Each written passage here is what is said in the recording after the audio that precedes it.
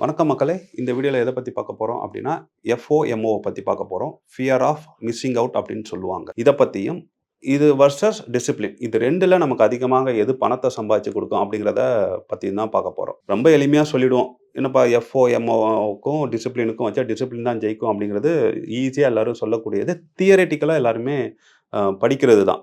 ஆனால் செயல்பாடுன்னு வரும்போது, நாம இந்த ஃபர்ஸ்ட் FOMOன்னா என்னன்னு பார்த்துரலாம். நம்ம ஒரு பங்குச்சந்தை மேலே ஏறிக்கிட்டே இருக்கு அப்படின்னா, ஒரு குறிப்பிட்ட பங்கு ஏறிக்கிட்டே இருக்கு அப்படின்னா, அத பத்தி ஏதாவது நியூஸ் வந்திருக்கும், செய்திகள் வந்திருக்கும், ஒரு ப்ராஜெக்ட் கிடைச்சிருக்கும். சோசியல் மீடியால அத பத்தி எல்லாருமே பேசிட்டு இருப்பாங்க. அப்போ எனக்கு எங்க அந்த பங்கு கிடைக்காதோ போயிட்டு ஓடி போய் அ வாங்குவோம்.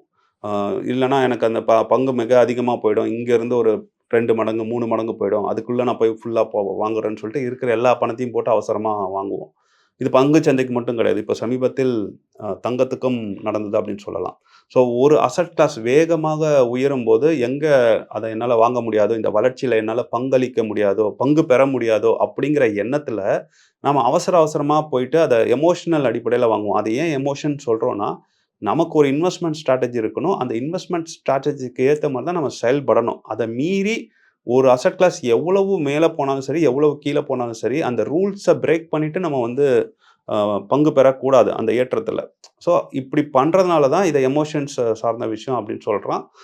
ஒரு பங்கு விலையோ விலை வந்து உங்களுடைய மனநிலைய வந்து தீர்மானிக்குது. ஸோ இதுதான் வந்து FOMOவோட குணாதிசயம். இப்போ இது சரியா? நான் இப்போ எடுத்துக்காட்டுக்கு நம்ம தங்கம் வந்து பார்த்தீங்கன்னா, 9,000த்துல ஆரம்பிச்ச ஒரு ஓட்டம் 17,000 வரைக்கி வந்தது. அப்ப கரெக்ட் தானே சார். இது நீங்க 9,000த்துல வாங்குனத வந்து நான் 10,000 வரும்போது கண்டிப்பா வாங்கியிருந்தேன்னா, அதிலிருந்து எனக்கு ஒரு 7,000 லாபம் கிடைச்சிருக்குமே! அப்போ FOMO படி நான் லாபம் தானே அடைஞ்சிருக்கேன் அப்டின்னா, விதிவிலக்குகள் வந்து எப்போதுமே விதி ஆகாது அப்டிங்கிறத அ புரிஞ்சுக்கோங்க. ஸோ அ தியரிட்டிக்கலா நம்ம பார்க்கும்போது, பொறுமையாக ஒரு இன்வெஸ்ட்மென்ட் ஸ்ட்ராட்டஜி போட்டு, ரூல்ஸ் போட்டு, அதன்படி ஒவ்வொரு அசெட் கிளாஸையும் நம்ம வந்து வாங்கணும்.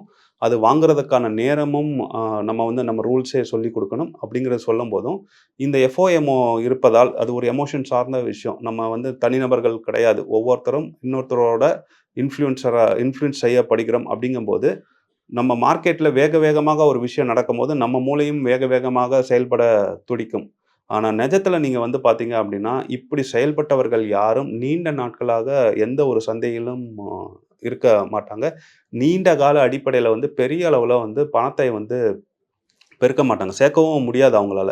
அ அசெட் கிளாஸ் தங்கம் விலை உயருதுன்னா, அத போய் வாங்குவாங்க. அதுக்கப்புறம் அது ஒரு பக்கம் ஒரு இறக்கம் கண்டுடுச்சுன்னா, அதுலேருந்து வெளிய வருவாங்க. மறுபடியும் நிலம் உயருதுன்னா, நிலத்த போய் வாங்குவாங்க. நிலம் ஒரு பக்கம் அப்படியே மட்டுப்பட்டதுன்னா, அதுலேருந்து வெளிய வருவாங்க. இப்படி ஜம்ப் பண்ணிட்டு இருப்பாங்க. எதெல்லாம் ட்ரெண்டிங்ல இருக்கோ, அத தான் வந்து வாங்க முயற்சி பண்ணுவாங்க. ஸோ இப்படி வாங்குபவர்கள் எல்லாம் என்ன பண்ண எ எ எதனால இப்படி பண்றாங்க அப்படின்னா, இப்போ இருக்கிற காலகட்டங்கள்ல இதெல்லாம் ரொம்ப அதிகமா இருக்குன்னு சொல்லலாம்.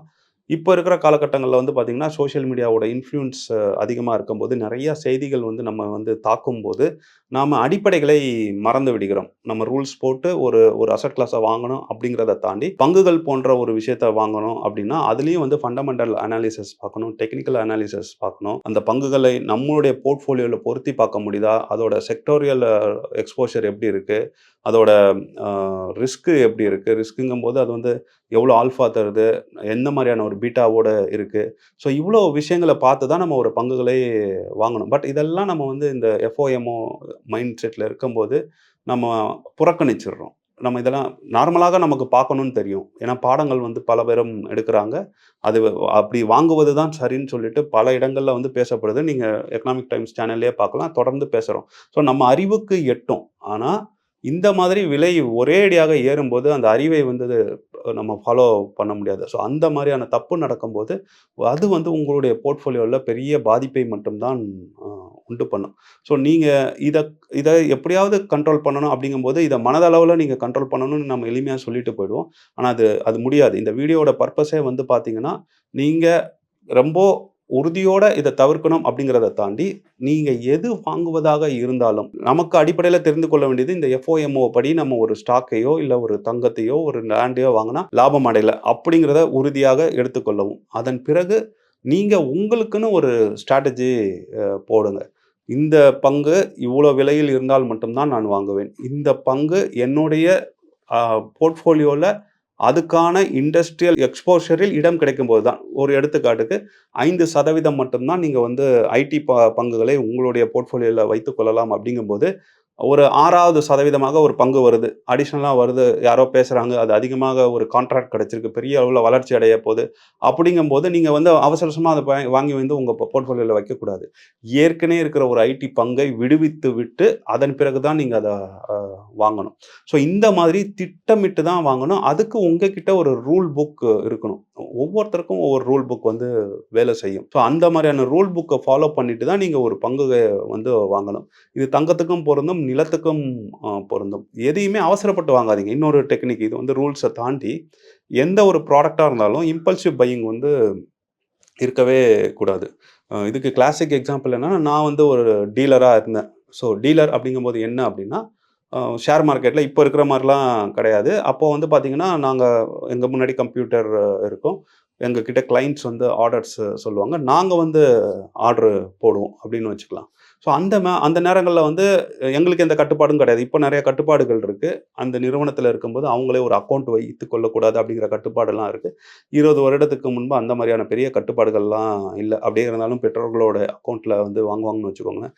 அப்போ வந்து என்ன ஆகும்னா, பக்கத்துல இருக்கிறவங்க வந்து ஒரு ஷேர பத்தி பேசும்போது, இப்ப எப்படி சோசியல் மீடியால வந்து ஒரு ஷேர பத்தி பேசுறாங்களோ, பலரும் வந்து கமெண்ட் பண்றாங்களோ, அப்போ பக்கத்துல பின்னாடி 10 பேர் நிப்பாங்க. நாங்க வந்து பிரான்ச் ஆஃபீஸ்ல இருக்கும்போது, நாங்க வந்து உட்காந்து ட்ரேடு பண்ணணும்.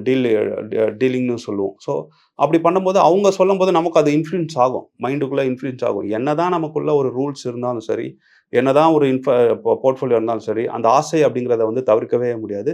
அப்படி இன்ஃப்ளூயன்ஸ் ஆகும்போது என்ன பண்ணுவோம், நானே வந்து வாங்க தொடங்குனேன். அத வந்து இம்பல்சிவ் பைன்னு சொல்லுவோம். அ ஆசைப்பட்டோனே வாங்குறது தான். ஒரு பொருள பார்த்தோன்னா, இது ஷா ச ஸ்டாக்குக்கும் பொருந்தும். ஒரு கட்டத்தில எனக்கு தெரிஞ்சிடுச்சு, இது வந்து தப்பா போது அப்படின்னு சொல்லிட்டு. ஸோ அந்த நேரத்தில வந்து நான் டீலிங்ல இருக்கும்போது, முழுவதுமாக ஷேர் மார்க்கெட் விட்டு வெளிய வந்துட்டேன் அப்படின்னு சொல்லலாம். ஸோ அதுதான் நம்ம கிட்னிக்கு அ நல்லது. ஸோ இந்த மாரி சில முடிவுகளை வந்து நீங்க வந்து எடுக்கணும். இல்ல அப்படின்னா, நம்ம எல்லா அசெட் கிளாஸுக்கும் ஒரு சைக்கிள் வரும். எல்லா பங்குகளுக்கும் ஒரு சைக்கிள் வரும். ஸோ அந்த சைக்கிள்ல வந்து ஏற்றத்தில போய் மாட்டிக்க கூடாது. ஏன்னா, அந்த மாரியான இடங்கள்ல மாட்டிக்கிட்டோம் அப்படின்னா, அதுலருந்து வெளிய வருவது அப்படிங்கிறது வந்து ரொம்ப ஒரு சிரமமான ஒரு விஷயமா இருக்கும். நெறைய நேரங்களில் நஷ்டத்தோட தான் வெளிய வர்ற மாதிரி இருக்கும். ஸோ இதெல்லாம் தவிர்க்கணும் அப்டின்னா, இந்த எஃப்ஓஎம்ஓல போய் மாட்டிக்காதீங்க. டிசிப்ளினா இருங்க. டிசிப்ளின் வருவதற்கு தான் நீங்க இன்வெஸ்ட்மென்ட் ஸ்ட்ராட்டஜி வச்சிருக்கணும், ரூல்ஸ் வச்சிருக்கணும் அப்டின்னு சொல்றேன். அதை தவிர்த்து இந்த இம்பல்சிவ் பையிங்க வந்து தவிர்க்க பாருங்க. உங்களுக்கு ஒரு ஷேர் வாங்கணும், உங்களுக்கு ஒரு தங்கம் வாங்கணும், ஒரு சில்வர் வாங்கணும்னா, அதெல்லாம் ஒரு 5 நாள், 10 நாள் தள்ளி போடுங்க. இப்ப எல்லார் கையிலயும் ஃபோன் இருக்கு. நெனச்சா எல்லாருமே வாங்கிட முடியுது. தயவு செஞ்சு அத அவாய்ட் பண்ணுங்க. முடிஞ்சா நீங்க உடனடியாக நான் சொன்ன மாரி தான். நான் ஒரு எக்ஸாம்பிள் சொன்னேன்ல. நான் வந்து சிஸ்டம் இருக்கும். அப்போ இந்த மாரி ஃபோன்லாம் கிடையாது. யார்கிட்டயும் ஃபோன்லாம் கிடையாது. இப்படிலாம் ட்ரேட் பண்ண முடியுங்கிறது யாருக்குமே தெரியாது. அந்த ஆக்சஸ் ஃபர்ஸ்ட் எங்களுக்கு தான் வந்ததுன்னு சொல்லலாம். டீலர் நாங்க தான். அதுக்கு முன்னாடி ஃப்ளோர்ல போயிட்டு ஷேர வாங்கி விப்பாங்க. ஸோ இந்த மாரி ஒரு கம்ப்யூட்டர் ஸ்க்ரீன் வந்தது எங்க கிட்ட தான் வந்தது. அந்த இடத்துல நாங்க வந்து ஒரு இம்பல்சிவ் பையிங்ல எனக்கே நான் ட்ரேட் பண்ணிக்கிட்டேன். அதுலருந்து வெளிய வந்தேன் அப்படின்னு சொன்னேன். இது இப்போ உங்களுக்கும் பொருந்தும். ஏன்னா எல்லார் கையிலயும் ஃபோன் இருக்கு. ஈஸியா எல்லாரும் வந்து பை, செல் போட்டுறலாம். அக்கவுண்ட் ஓப்பனிங் கூட நீங்க ஆதார் இது குடுத்தீங்கன்னா ஆரம்பிச்சுருது. இப்போ ஒரு விஷயம் நமக்கு ஈஸியா கிடைக்கும்போது, அதுல தப்புகளும் ஈஸியா நடக்கும் அப்படிங்கிறத புரிஞ்சுக்கோங்க. முடிஞ்ச வரைக்கு ஒரு அட்வைசர வச்சுக்கோங்க. நீங்க ஒரு அட்வைசர நம்ம எல்லாத்துக்கும் வந்து நான் ப்ரீச் பண்றது என்னன்னா, நீங்க ஒரு டூர் போறீங்க. வருடத்துக்கு ஒரு முறை டூர் போனாலுமே, ஒரு டூர் அசிஸ்டன்ட்ட வச்சுக்கோங்க. அப்போ டூருக்கே நான் அந்த மாரி ப்ரப்போஸ் பண்ணும்போது, ஃபினான்ஷியல் அட்வைசர்லாம் ரொம்ப ரொம்ப அடிப்படையாக இருக்க வேண்டிய ஒரு இது.